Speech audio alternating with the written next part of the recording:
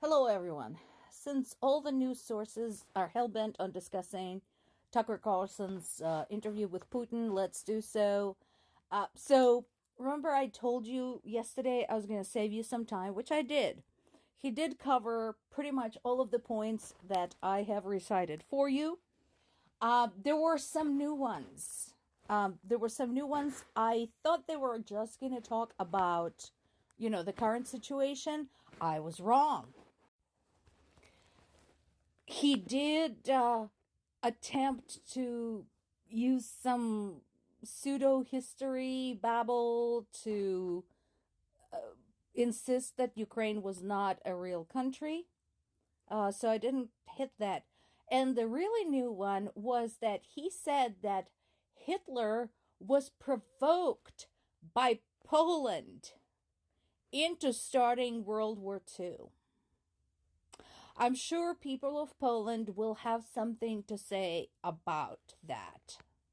But let that sink in for a second. According to Vladimir Putin, Hitler was provoked by Poland into starting World War II.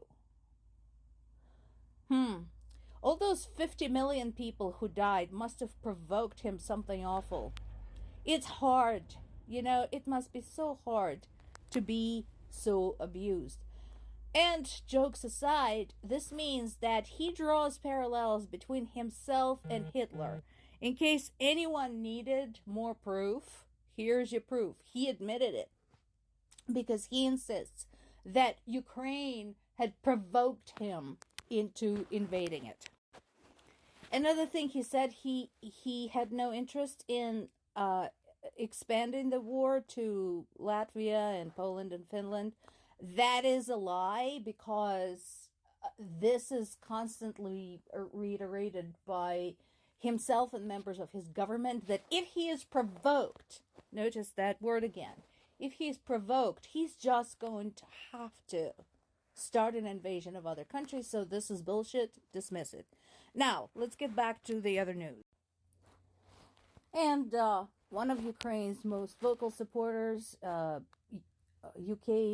Prime Minister Rishi Sunak, already spoke on the subject, basically saying that Putin's justification for the war in Ukraine is ridiculous. And ridiculous it is.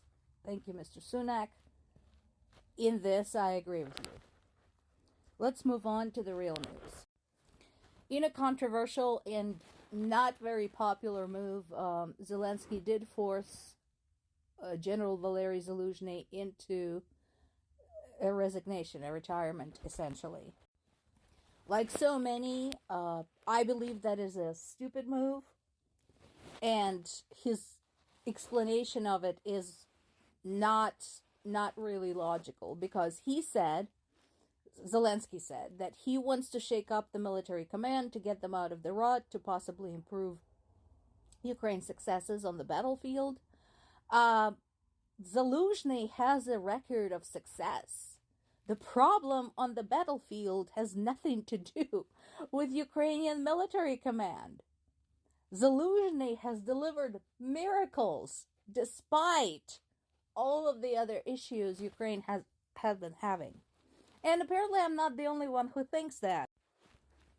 There is an article on BBC today saying exactly the same thing, that sacking Zaluzhny is unlikely to resolve Ukraine's problems on the battlefield, because that is not what the problem is. The problem is lack of supplies. The problem is lack of ammunition. The problem is the army fatigue and not enough rotation. That's our problem. And of course, the enemy, who is just completely possessed by the idea of invading the country. That's our problem.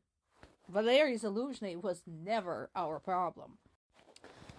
There is another interesting story on NPR today. I suggest you'll listen to it. So this goes back to our conversation, how this war is not just about some white people squabbling among themselves. It's not just some little territorial conflict. It affects other countries and continents its effect are resonating all around the world. And here is another example. So this goes to people who accuse me of only caring about the problems of white people, which is a lie. But since I am a white person, it's very difficult to prove that. But here is proof for you. So Russia's militant group Wagner has been meddling in the events in Africa for a very long time. There's a long and sordid record of their organizing everything there: assassinations, unrest, government coups, so on and so forth. So this is just one story how events in Africa are tied to the war in Ukraine. According to the Blood Gold report, which is basically data on global money laundering operations, Wagner had laundered some $2.5 billion to Russia since the invasion of Ukraine. And all of that was done bypassing the global sanctions and so on and so forth. So listen to the whole story. It's a complicated affair, but there are other things happening in Africa that are driven by Russian militants.